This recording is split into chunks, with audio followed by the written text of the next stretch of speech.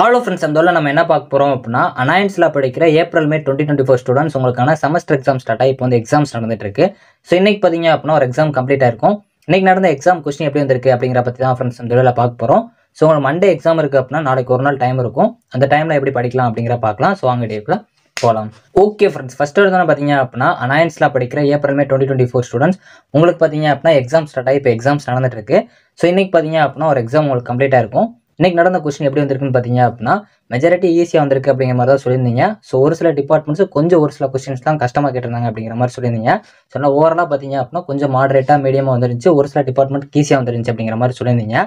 நம்ம கமெண்ட் ஆப்லேயும் பார்த்தீங்க அப்படின்னா ஓட்டிங் வச்சிருந்தால ஈஸியாக வந்துருந்துச்சு அப்படிங்கிற மாதிரி ஓட் பண்ணியிருந்தீங்க. ஒரு சில டிபார்ட்மெண்ட் கொஞ்சம் மீடியமாக வந்துருந்துச்சு அப்படிங்கிற மாதிரி சொல்லியிருந்தீங்க. ஸோ மெஜாரிட்டியாக பார்த்தீங்க அப்படின்னா கொஸ்டின் ஓரளவு ஈஸி, கொஞ்சம் ஓரளவு மீடியமாக கேட்டிருந்தாங்க. ஸோ ஆனால் கஷ்டமாக கேட்கல.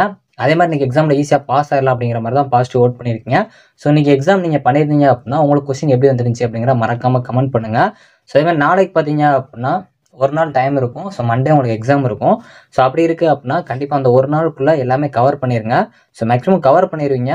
ஆனால் இன்றைக்கி கிடைக்கிற டைமே வேஸ்ட் பண்ணிடுறாங்க. ஸோ இன்றைக்குள்ளே முடிஞ்சாலும் ஒரு யூனிட்டோ இல்லை 2 யூனிட்டோ கம்ப்ளீட் பண்ணிவிட்டு ஸோ நாளைக்கு நைட்டுக்குள்ளே பார்த்தீங்க அப்படின்னா ஒரு 8 o'clock இல்லை 9 o'clock ஃபுல்லாக முடிச்சுட்டு ரீகால் பண்ணுற மாதிரி பார்த்து வச்சுக்கோங்க.